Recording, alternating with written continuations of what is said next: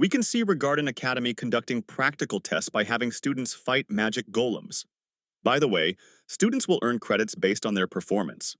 And the total number of credits will collectively decide whether a student advances to the Upper Institute or not. To reach the Upper Institute, one needs 12,000 credits. Only then will they be able to ascend the tower. During the test, Will struggles to defeat the golem without his sword. He tries to punch the golem, but gets mocked for not using magic. As a result, he fails to land a single blow on the golem.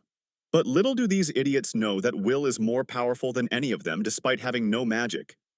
Top students such as Liana Owenzaus, Wignall Lindor, and Julius Rainberg also showcase their skills. By the way, these three are considered prodigies.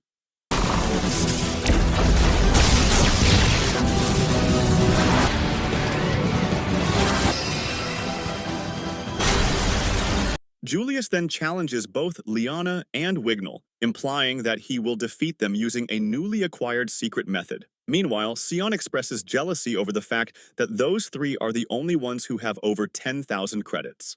By the way, Julius has a twisted personality.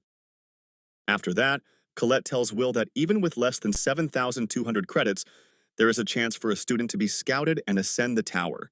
In other words, she is talking about the Great Magic Festival, where students show off their skills to get scouted by the Magica Vende.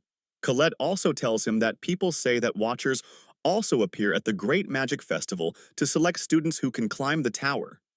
But Will doesn't believe that the Watchers actually exist. Interestingly enough, we can see Iris, who is a Watcher, passing by. Colette encourages Will to enter the Great Magic Festival, but Will refrains from doing so. Well, the last time he entered the Great Magic Festival, things went horribly wrong. As usual, Will heads over to Gina's pub to work his shift as a waiter. By the way, he's not just in it for the paycheck. He's grown really fond of the dwarves who are their regular customers. After a while, since all the pubs were closed, Julius and his underlings enter Gina's pub. Julius enters by disrespecting the pub. Being a narcissistic noble, Julius immediately mocks Will and calls all dwarves barbarians. As a result, Donnan and others become very angry, but they cannot do anything. Well, the dwarves escaped from another world to this one, as their world was destroyed by the celestial host. As a result, they are treated as an inferior race and don't have any power in this world. As Rosti serves them their special dish, a bean soup, they immediately start making fun of the dish. Julius also mocks the dwarves by comparing them to wild beasts. But surprisingly, Will stands up to Julius and his underlings and tells them to apologize for their behavior. Julius immediately mocks Will. He then throws the bean soup at Will, but Will isn't having any of that. His underlings try to get aggressive with Will, but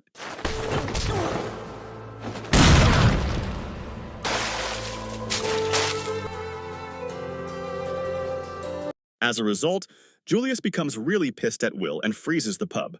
He then proceeds to launch an attack on Will, continuing to destroy the pub. He manages to corner Will. By the way, Will doesn't have any intention of fighting Julius there. Julius also realizes that Will isn't scared of him. As a result, Julius tells him to join the Great Magic Festival so that he can humiliate Will in front of the Academy. But for Julius, this would backfire big time. Anyway, Will accepts.